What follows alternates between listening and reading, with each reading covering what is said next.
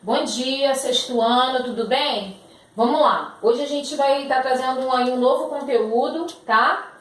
E vai falar sobre as civilizações africanas antigas, tá? Vamos lá. O primeiro tópico: a civilização egípcia, Rio Nilo, Baixo Egito e Alto Egito, governo teocrático, divisão social no Egito, cultura e religião, hieróglifos, esfinge, pirâmides e politeísmo, tá? Vamos lá. Lembra das últimas aulas que nós tivemos, saímos ali um pouquinho, saímos da pré-história, tá? Mas ali falamos de dois períodos bastante importantes na pré-história, que era o Paleolítico e o Neolítico, tá? E a gente falou ali um pouquinho daqueles povos que viviam como nômade e dos povos que viviam como sedentários, tá? Esses mesmos povos, eles mesmos que deram origem às civilizações, pois eles ficavam às margens dos rios para facilitar o seu crescimento, né? Eles se alojavam, né? Eles iam procurando locais, eles se alojavam em volta de rios, né? E, por exemplo, as civilizações egípcias, elas ficavam às margens dos rios do Rio Nilo. A China, por exemplo, à margem do Rio Amarelo. A Mesopotâmia, entre os rios Tigres e Eufrates, né? São alguns exemplos, mas o que a gente vai mesmo focar é a civilização egípcia. Essa civilização, ela foi considerada a dádiva do Nilo, por causa das riquezas que o Nilo oferecia. Lembra também que nós falamos um pouquinho sobre o Rio Nilo, tanto que no último vídeo eu falei lá embaixo sobre qual eram os benefícios, o que o Rio Nilo oferecia para essas civilizações.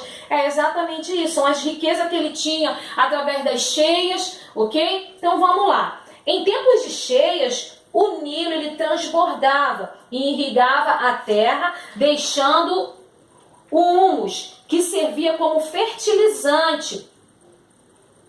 Quando as águas elas voltavam, né, para o curso normal, elas também serviam para a pesca e a navegação.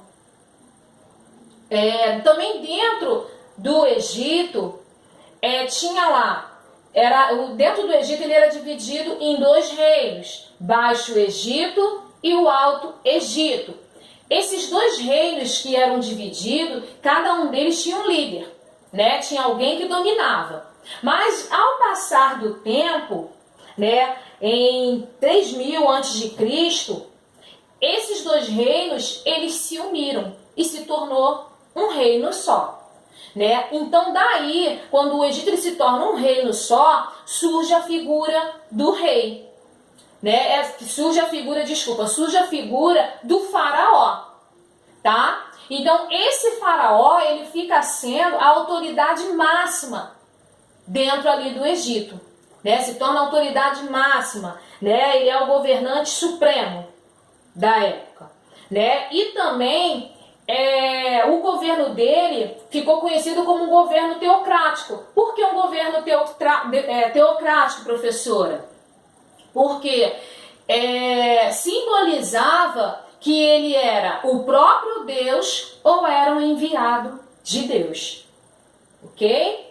E também dentro do Egito, né, como a gente está falando desse supremo, né, desse faraó, que é a autoridade máxima dentro do Egito, a gente também vai falar um pouquinho sobre a divisão social no Egito, tá? Toda a estrutura do Egito, tá? A gente vai estar falando agora um pouquinho, né?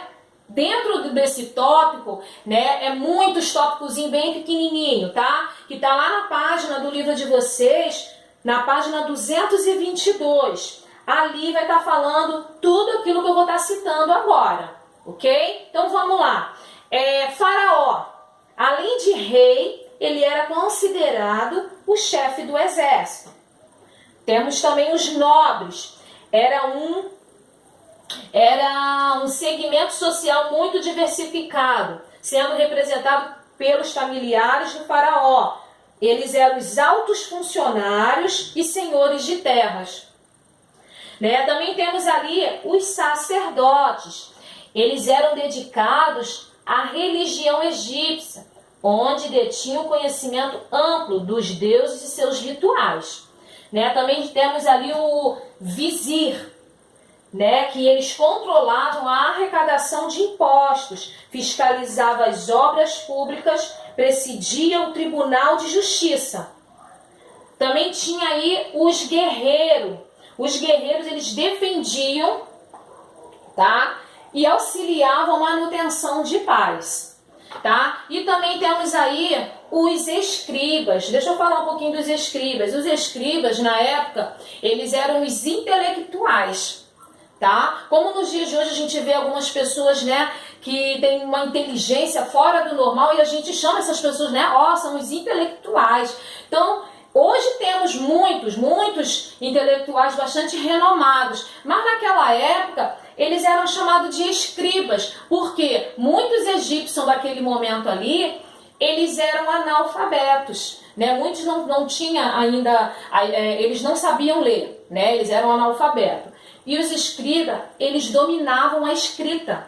Então, por isso, eles eram responsáveis de registros. Lembra que a gente falou de registros de documentos e tudo mais? Então, esses egípcios, esses escribas, eles tomavam conta dessa documentação em geral, tá? E eram os que dominavam a leitura e a escrita na época, né? Vamos passar para o outro, nomarcas. Esses eram os administradores das províncias, né? Cidades pequenas. Os artesãos. Esses artesãos, eles cuidavam da fabricação de adornos, objetos em gerais, roupas, estatuetas, máscaras de funerárias, e eles mexiam com todo tipo de arte. Também temos aí os trabalhadores comuns, né? Eles eram os grandes responsáveis pelo desenvolvimento do comércio e da exportação do Egito. Tá? Também temos aí os camponeses, eles eram aqueles que trabalhavam no campo, né? Que trabalhavam na agricultura, na pecuária. E também, né, por último aqui, a gente vai falar um pouquinho sobre os escravos. Esses escravos, eles não eram escravos por cor naquele momento.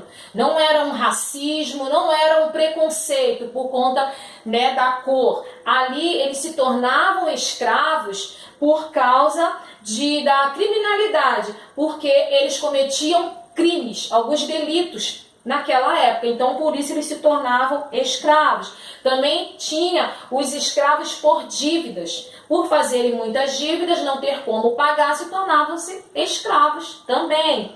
E temos também os escravos de guerra.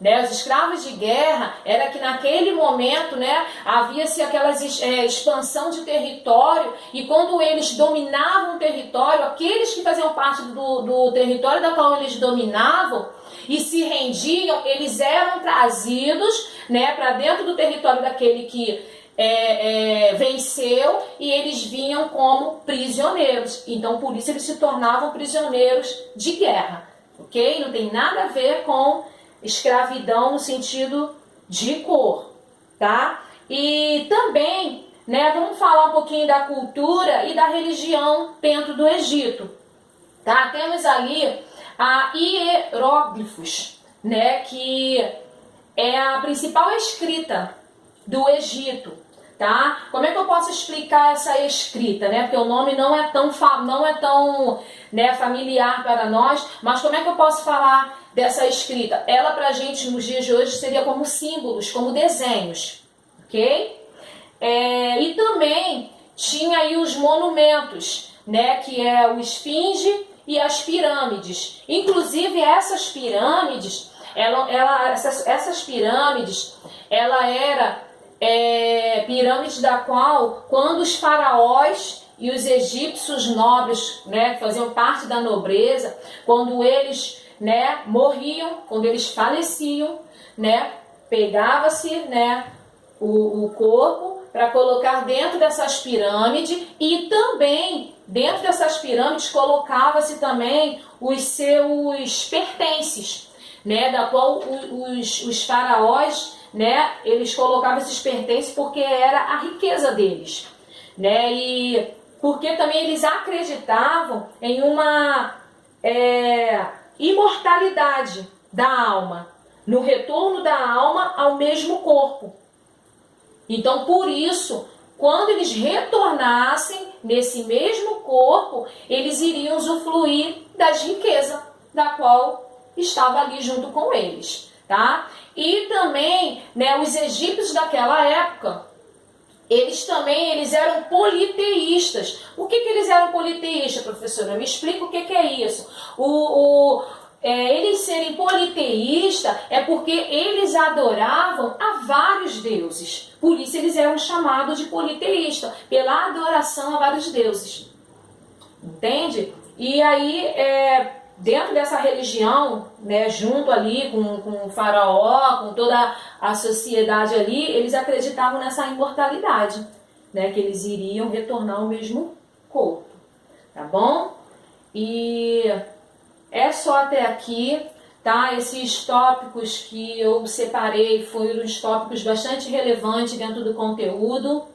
Tá bom? Então eu gostaria muito que vocês também pegassem o livro de vocês, dessem uma lida de acordo com esses tópicos que eu coloquei aqui para vocês, tá? Dá uma reforçada em casa, dá uma lida em casa, porque eu sei que vocês conseguem, vocês são capazes, tá bom? Fiquem com Deus e que Deus abençoe toda a família de vocês. Tchau, tchau.